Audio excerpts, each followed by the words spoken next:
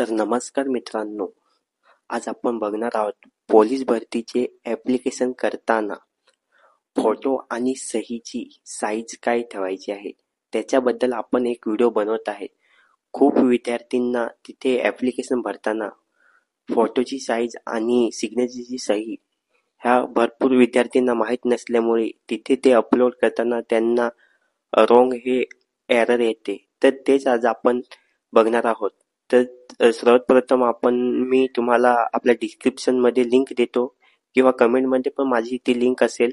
त्या लिंकवर क्लिक करून तुम्ही तिथून आपले फोटोची साईज आणि सिग्नेचरची साईज कमी करू शकता. तर मित्रांनो, आपल्या image.pi7.org ह्या वेबसाईटवर आल्यानंतर मित्रांनो, आपल्याला इथे फोटो सिलेक्ट करायचा आहे.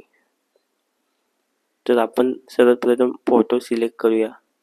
तर मित्रांनो, मी फोटो सिलेक्ट केलेला आहे. फोटो सिलेक्ट केल्यानंतर मित्रांनो, त्याची रुंदी, तर मित्रांनो पोलीस भरतीसाठी आपल्याला रुंदी पाहिजे 160 आणि हाईट पाहिजे 200 पिक्सल. तर इथं आपण 200 टाकायचे. नंतर आपल्याला त्याची साईज म्हणजे किती केबीची आहे, तर 5 केबीच्या मिनिमम कमीत कमी 5 केबी आणि जास्तीत जास्त 20 केबी, तर इथे 20 केबी टाकायचे आणि रिसाईजवर क्लिक करायचे आहे. नंतर प्रोसेस होईल. प्रोसेस झाल्यानंतर मित्रांनो, मी इथे फोटो आणि इथे नंतर मित्रांनो डाउनलोड करून घ्यायचा. नंतर सेव्ह करायचे आहे.